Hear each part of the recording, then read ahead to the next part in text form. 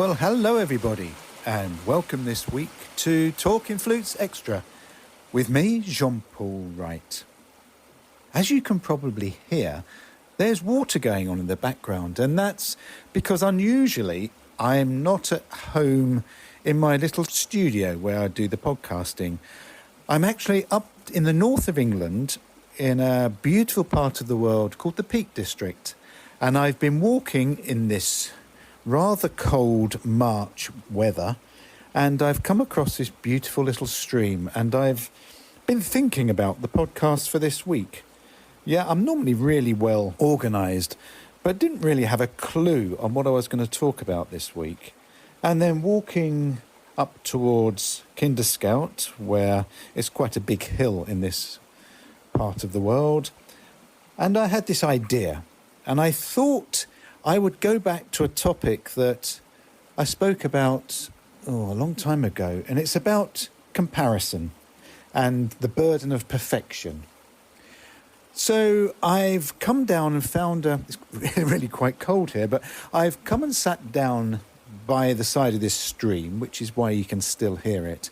And I'm just going to record a podcast into my iPhone. Now, I really don't know how this is going to come out. I will put it through my Adobe Audition suite when I get back. But yes, this is the Talkingh Flutes Extra podcast this week from Derbyshire in the UK. A big shout out as always to our sponsors, I can't forget them, TJ Flutes, who have been supportive of this podcast channel since we started probably 7 years ago now.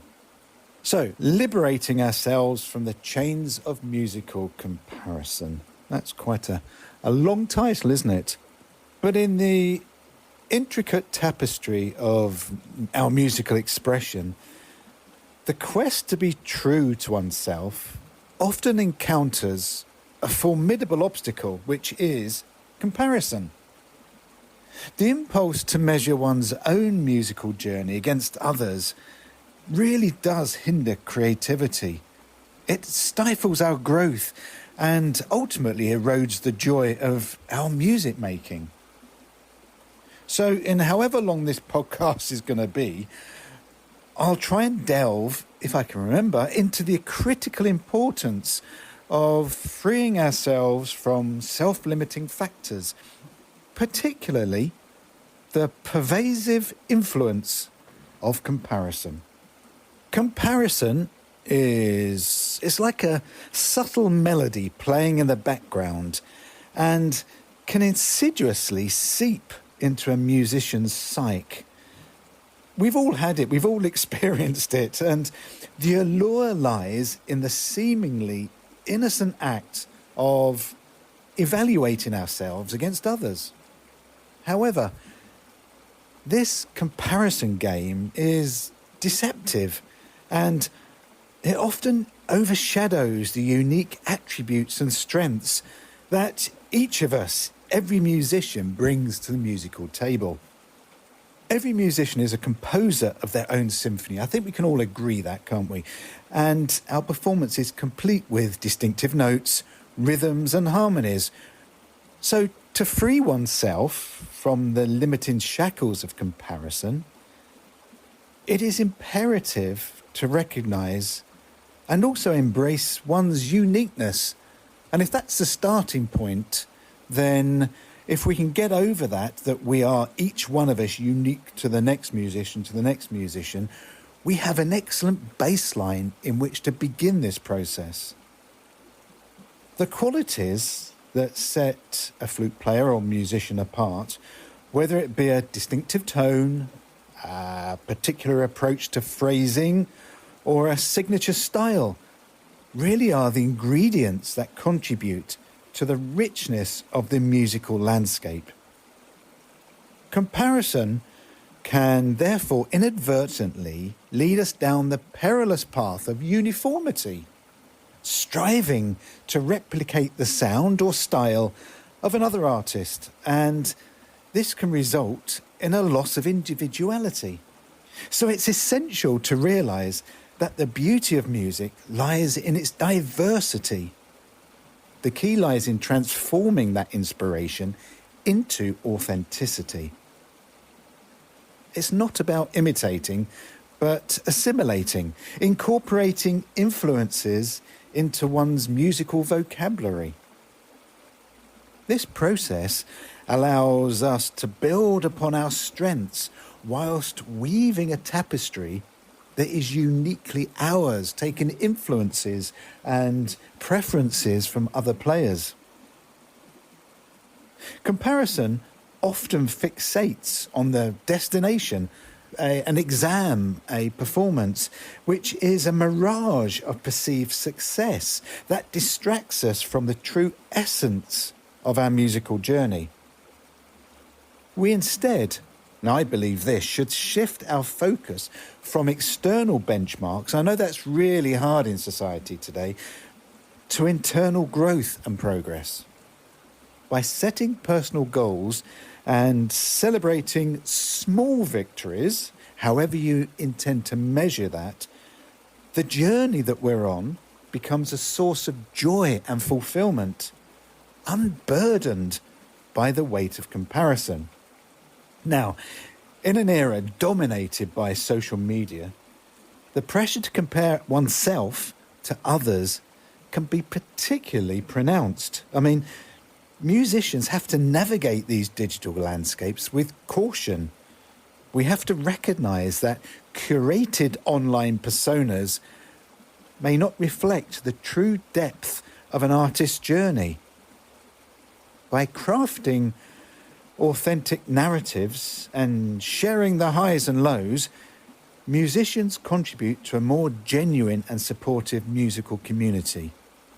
Every one of us are human, and social media has this really weird preference for almost throwing out, look what I can do and look how I can play it. And that leads us back to the original point of comparison. Well, I can't play like that. I can't sound like that.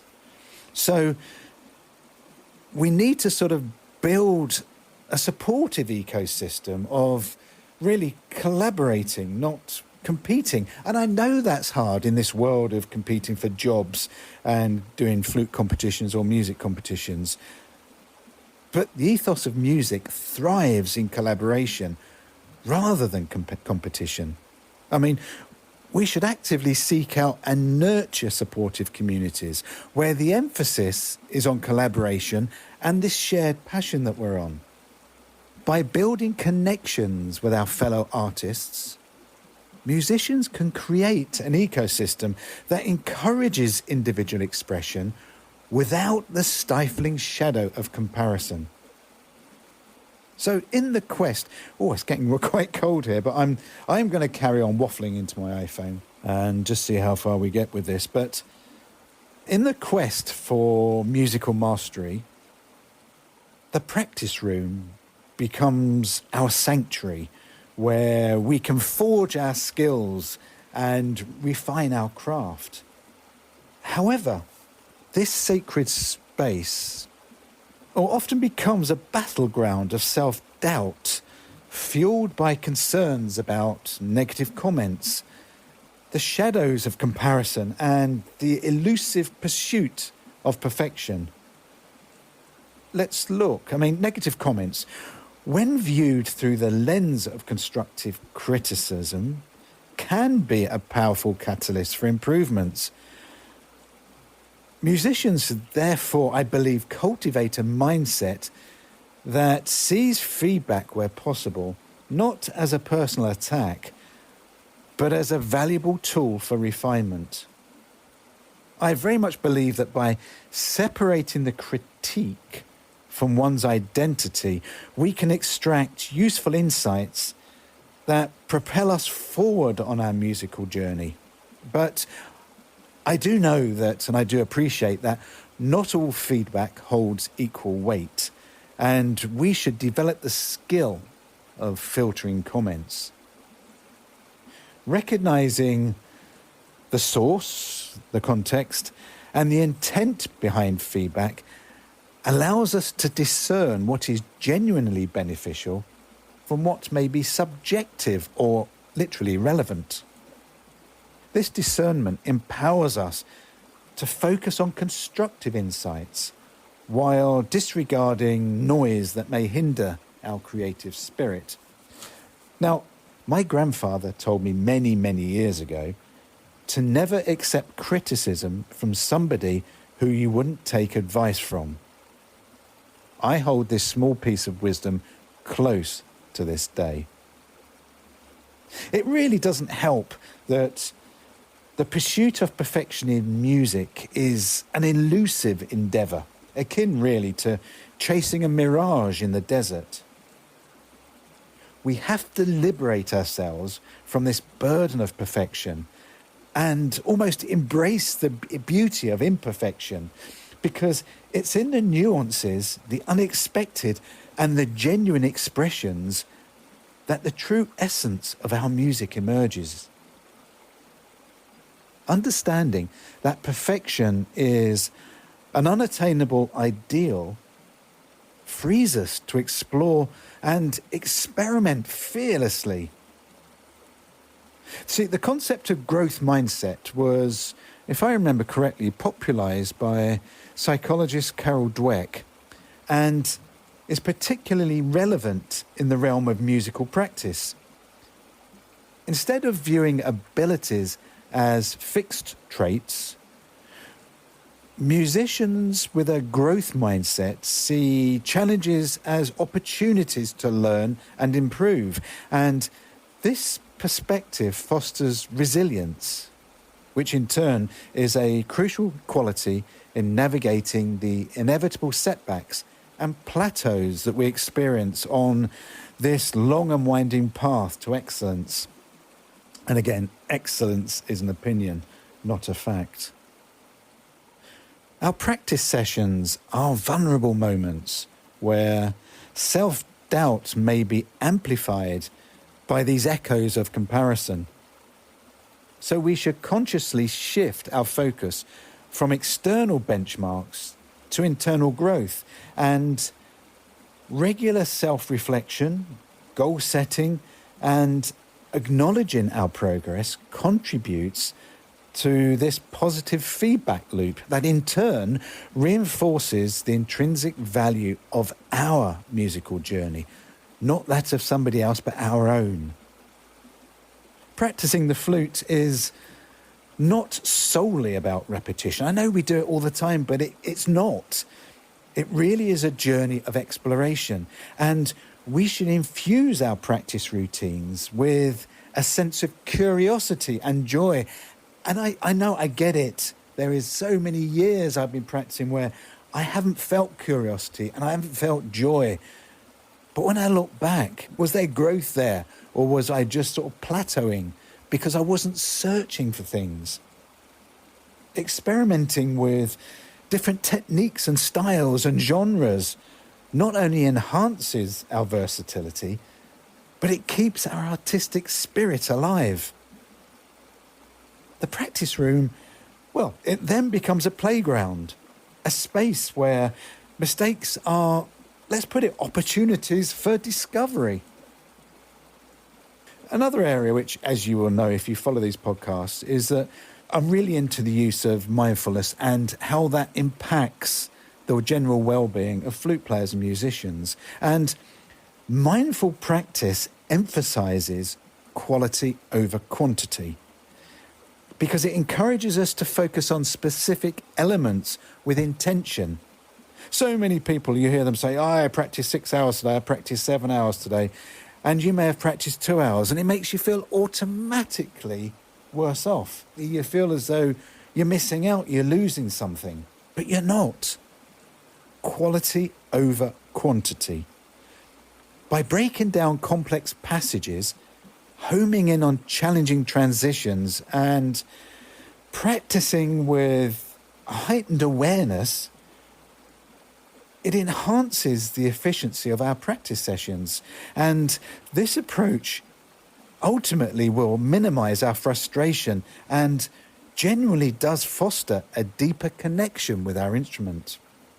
The stage, that stage that we stand on, the stage that we go in front of the audience, the stage in front of the examiner, the stage in front of our teacher even, should be a platform for our musical expression, not a courtroom for self-evaluation. Do you know, I quite like that. Not a courtroom for self-evaluation. I have to remember to write that down. We should liberate ourselves from this paralysing fear of judgment, recognising that each and every performance of ours and of other people is a unique opportunity to communicate and connect with an audience. Embracing vulnerability on stage also allows for an authentic and memorable musical experience for all those there and for ourselves. So as I'm sitting on this side of this stream, I'm actually getting really quite cold, and I'm very aware that I'm starting to lose feeling in my left hand. So to conclude this very brief podcast, the liberation of yourself, you listening to this podcast, from self-limiting factors really does involve a dual process. The first part is an internal journey of our own, breaking free from the chains of comparison, recognizing our individual strengths and fostering a positive mindset. The second part is an external exploration, practicing with intention, embracing constructive feedback and understanding that perfection is a myth.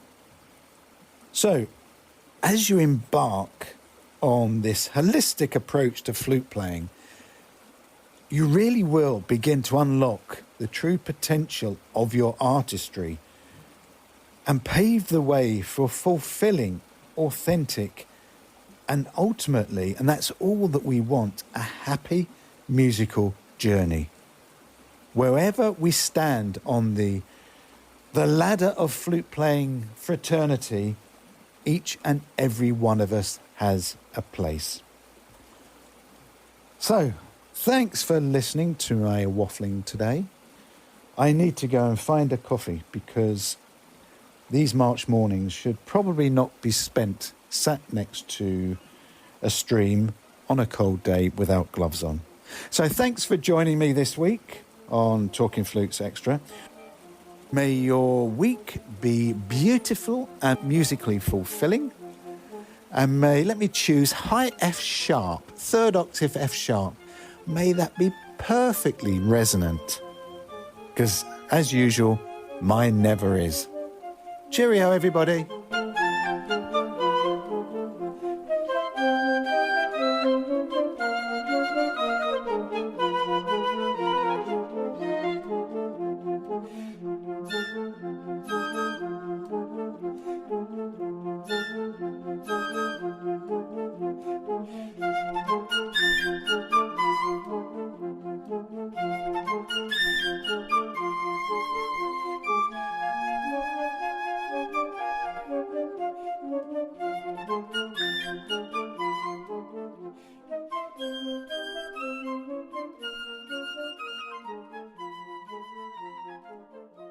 Talking Flutes and Talking Flutes Extra are podcast productions by the Trevor James Flute Company.